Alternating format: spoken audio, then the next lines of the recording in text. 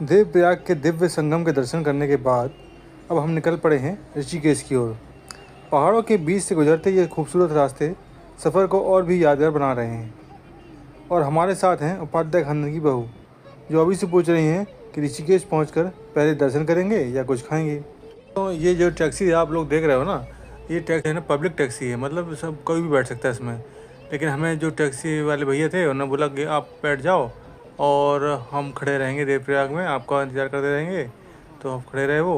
अब हम लोग ऋषिकेश की तरफ जा रहे हैं क्योंकि उनको ऋषिकेश ही जाना है।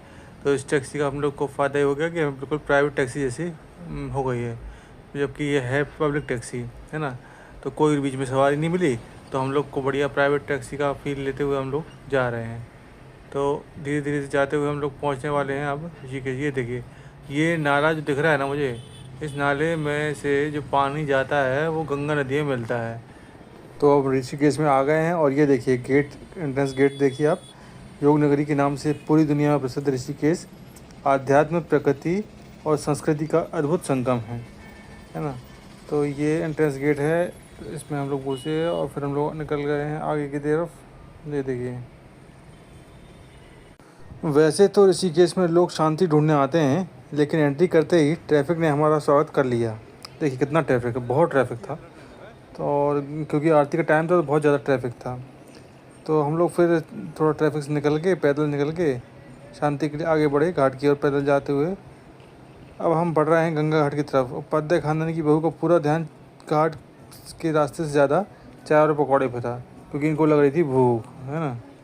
अब हम आ गए हैं गंगा घाट पर। माँ गंगा का यह दृश्य सच में मन को शांति देने वाला था। कैमरा इसकी खूबसूरती का सिर्फ एक हिस्सा ही दिखा सकता है, पूरा खूबसूरती हम नहीं दिखा सकते कैमरे से। तो यहाँ बहुत भीड़ थी और आरती शुरू होने वाली थी। ऋषिकेश का इतिहास हजारों साल पुराना है। मान्यता है कि यहाँ ऋषि मुनियों ने कठोर तपस्या की थी, इसलिए इस स्थान का नाम ऋषिकेश पड़ा।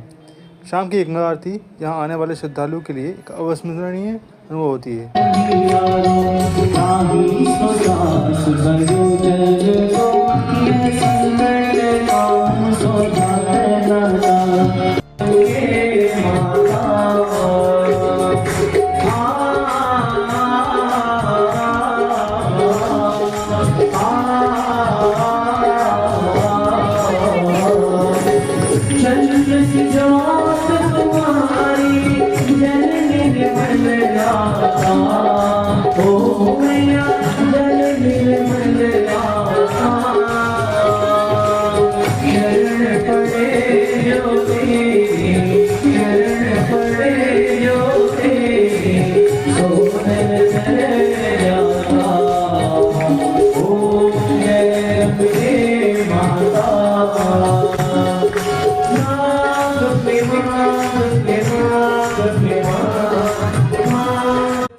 गंगा आरती को देख के बहुत ही अद्भुत फील हो रहा था। ऐसे पल हमें याद दिलाते हैं कि जीवन की भागदौड़ में कुछ पल अपने लिए और कुछ भगवान के लिए भी निकाल लेना चाहिए।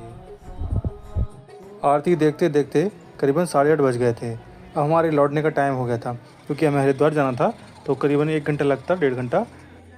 तो हम लोग ने डिसाइड किया कि अब चलते हैं ऋषिकेश बस स्टैंड और वहाँ से बस पकड़ेंगे और फिर निकलेंगे हरिद्वार की तरफ।